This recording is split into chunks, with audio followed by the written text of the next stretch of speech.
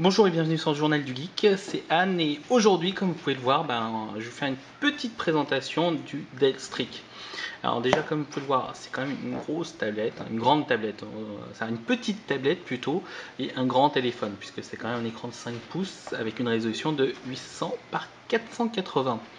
Vous pouvez le voir là, il est assez fin, donc là-dessus, bravo Dell, etc. On aurait pu le comparer par exemple à un Arcos 5 IT que je n'ai malheureusement pas sous la main, mais il est juste un tout petit peu plus fin, sauf que là, il fait quand même fonction téléphone, donc en plus, et il est surtout compatible Google. Donc à titre de comparaison, hop, le Nexus One et l'iPhone 4. Donc vous pouvez voir que 5 pouces ça fait pas mal. Donc je suis impatient de voir du coup le fameux Desire HD qui vous proposera un écran de 4,3 pouces. Mais en attendant c'est le plus grand.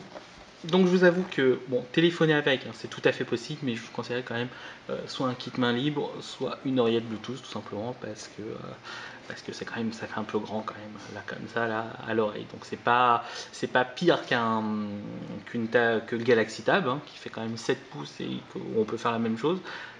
Mais bon, on évitera parce que là c'est quand même assez ridicule. Voilà, donc sur la tranche supérieure, vous avez ici la prise jack avec les boutons de volume. Ici, le verrouillage. Ah, attendez, je vais voir si on peut faire la petite mise au point. Voilà. Et à côté, donc, le déclencheur pour l'appareil photo. Donc, comme vous pouvez le voir ici, c'est un APN de 5 mégapixels avec autofocus et une sorte de mini flashlight bizarroïde, mais bon, qui éclaire pas des masses. Voilà. Ici se trouve la batterie, hop, avec donc une carte micro SD livrée de 16 Go et vous pouvez mettre votre carte SIM. Donc ici j'ai pas mis la carte SIM, mais on est en Wi-Fi au bureau, donc ça va. Donc petite chose par contre ici, c'est assez dur à fermer. Je sais pas pourquoi ils ont fait quelque chose aussi serré, c'est un peu dommage, mais bon, après, mais une fois que c'est en place, c'est en place. Mais j'ai juste peur qu'avec l'usure, si on n'est pas, a priori, on n'est pas censé ouvrir tout le temps la bête, mais à terme, j'ai juste peur que ça puisse gagner en jeu. Ici, vous avez sur donc la tranche basse, vous avez pardon la prise dock, donc qui est malheureusement une prise propriétaire, donc vous pouvez le voir ici. J'aurais préféré évidemment un port micro USB ou même mini USB. Et c'est dommage que Dell ait choisi cette option là. Voilà, hop, ici donc l'écran à côté de part et d'autre de l'écran de 5 pouces, vous avez des touches sensitives, donc le retour, le menu, le bouton home, et de ce côté c'est juste le capteur de proximité avec la visio. Voilà. Donc voilà, après une petite présentation physique, on va dire, je vais vous l'allumer tout simplement pour que vous puissiez apprécier cet écran. Donc voilà, hop. Donc comme vous pouvez le voir, l'écran est assez grand. Hop, voilà, une petite mise au point. Donc là-dessus, rien à dire. 5 pouces c'est plutôt agréable, à la fois pour les vidéos, etc. Bon, par contre pour les vidéos, malheureusement pour l'instant, on est sous Android 1.6, donc va falloir penser à trouver la bonne application, donc comme Rock Player ou IRX Player éventuellement, mais ce n'est pas la fluidité par exemple d'un Narcos 5 IT, etc. Bon, l'avantage c'est que au moins ce sont des applications officielles. Donc là-dessus, au niveau de l'interface, c'est très simple. Ici, vous avez accès à des raccourcis, comme ça. Vous avez accès à vos menus. Là, vous avez la gestion des écrans d'accueil. Vous pouvez créer autant d'écrans d'accueil que vous voulez, donc ça c'est pas mal. D'ailleurs, ce serait bien que sur Android 2.2 déjà par Google, on puisse avoir accès à ce genre de choses. Ici, vous avez donc les icônes pour le Wi-Fi, le Bluetooth, etc. et qui vous donnent donc accès au moins à tous ces petits paramètres rapidement, ainsi que les vrais paramètres. Alors en parlant de paramètres, du coup, comme vous pouvez le voir, on est malheureusement encore sur Android 1.6. Donc du coup, ça gâche un peu l'expérience utilisateur tout simplement parce que le 1.6 n'est pas le plus rapide. Et on espère vraiment avoir la mise à jour rapidement pour tester au moins en 2.1 voire en 2.2 tout simplement parce que on l'a vu sur un Nexus One et même sur un HTC Hero, la différence entre le 1.6 et au moins un 2.x est assez flagrante. Voilà, donc bon, je ne vais pas revenir sur les paramètres d'Android, etc., Google Maps, etc., vous connaissez. Vous verrez, vous pouvez constater d'ailleurs que les applications sont entourées ici d'un petit carré, donc c'est assez design, et surtout ça permet d'avoir quelque chose d'organisé. Donc là, je l'ai mis ici, vous voyez, là, on a l'impression d'avoir quelque chose de plus organisé, parce que contrairement à iOS ou BlackBerry, les icônes n'ont pas forcément la même taille. Vous pouvez le voir ici avec l'application Closer. Oui, je lis Closer, il faut le dire. Et l'application VDM, où malheureusement, il n'y a pas encore de standardisation au niveau de ces icônes. Donc voilà. Sinon, dans l'ensemble, tout tourne assez vite. Vous pouvez voir ici qu'il y a quand même une application Facebook, c'est un widget Facebook dédié qui vous permet d'avoir accès à tous vos amis. De même pour Twitter. Donc si vous voulez mettre à jour les informations, c'est à votre statut, ben, vous pouvez le faire via ce widget qui peut envoyer également sur Facebook. Voilà. À noter donc aussi que Dell vous propose un widget flux RSS. Donc là, vous pouvez voir le widget journal, le flux RSS du journal du geek. On aimerait bien avoir ce genre de widget un peu plus souvent parce que c'est assez bien intégré et c'est propre. Donc là-dessus, il n'y a rien à dire. Voilà, j'ai pas d'autre chose à vous dire au niveau des applicatifs. Alors, juste une petite chose, je vais vous montrer quand même un jeu comme Raging Thunder qui tourne pour vous donner une idée de la puissance. Donc, c'est quand même un Snapdragon de 1 GHz.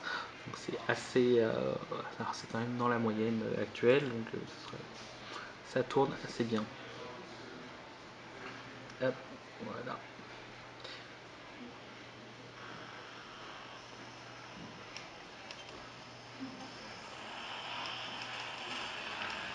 Donc comme vous pouvez le voir, hein, c'est assez fluide. Ça pose pas trop de problèmes. Je suis pas jouer à un jeu via l'accéléromètre, via l'écran d'un caméscope, je vous dis, c'est pas génial. Voilà, mais ça vous donne une idée des performances graphiques. Donc quand ce Dell aura sa mise à jour en 2.1 ou 2.2, ce sera un vrai bonheur. Voilà, petite trace.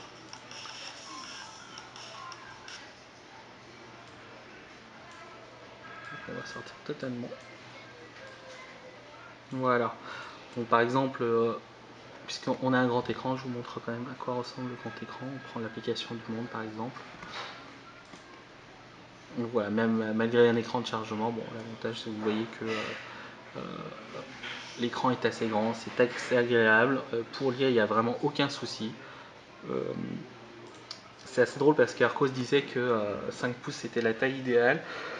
Quelque part, je suis un peu d'accord avec eux parce que là-dessus, j'ai pas eu de problème pour lire, j'ai pas eu besoin de zoomer. Et en 800 par 480, ça passe assez bien. Voilà. De même, hop, je vais revenir. Où est-ce que j'avais mis cette application? Donc, voilà, je vous parlais tout à l'heure d'une application qui s'appelle ArcMedia. Ça sert pas à ArcMedia, mais c'est une application à la Rock Player hein, qui est censée vous permettre de lire des fichiers vidéo.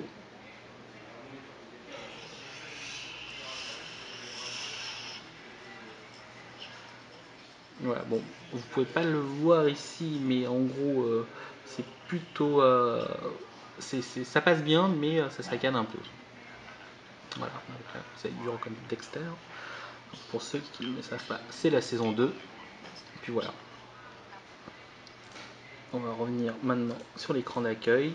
Un des autres tests que je fais actuellement sur les tablettes, parce que mine de rien, il y a beaucoup d'utilisateurs qui commencent à le faire, c'est quand même la lecture de, mis à part des e-books, c'est la lecture de manga. Puis voilà, j'en ai mis un pour le fun. Hein. Hop, ici. Voilà. Alors, avec l'écran, hop, on voit pas super bien. Attendez, je vais voir si je peux changer quelque chose. Voilà.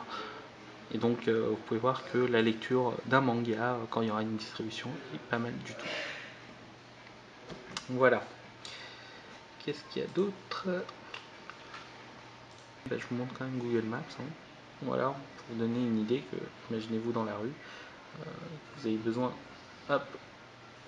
d'un plan, ben, c'est nickel, ça passe super bien. L'écran est multitouch. forcément, il n'est pas optimisé. Sur le 1.6 on ne peut pas le faire, mais bon, quand vous le verrez sur le 1.2 ça passera très très bien. Voilà, et idem pour, je ne l'ai pas mis là, mais voilà, pour des photos qu'on a prises là avec l'APN de 5 mégapixels, ça passe plutôt pas mal. Et puis voilà. Je crois que j'ai à peu près fait le tour. Donc en conclusion, moi ce que je peux vous dire, c'est que bon, contrairement à d'autres personnes, moi j'ai vraiment été agréablement surpris par ce Dell Streak. J'étais très déçu de voir évidemment Android 1.6. J'aurais voulu voir au moins la version 2, bon, ça je vous l'ai déjà dit plusieurs fois depuis le départ. Mais quand on aura cette nouvelle version, je pense que Dell Streak prendra toute son ampleur. Mais dans l'état actuel, bon, la taille de 5 pouces ne m'a pas trop gêné. Certes, je peux pas le mettre dans ma poche de jean, de pantalon dans la vie de tous les jours, mais dans un sac ou ne serait-ce qu'on a dans une poche intérieure d'une veste, ça passe sans problème. Donc le tout couplé à une oreillette Bluetooth. Et là-dessus, j'ai pas eu grand chose à dire. Voilà, sinon l'expérience Android est très très bien reproduite. Et puis j'ose espérer que Dell se bouge un peu quand même pour pouvoir nous faire cette mise à jour. Je vous remercie beaucoup pour votre attention et à très bientôt sur le Journal du Geek.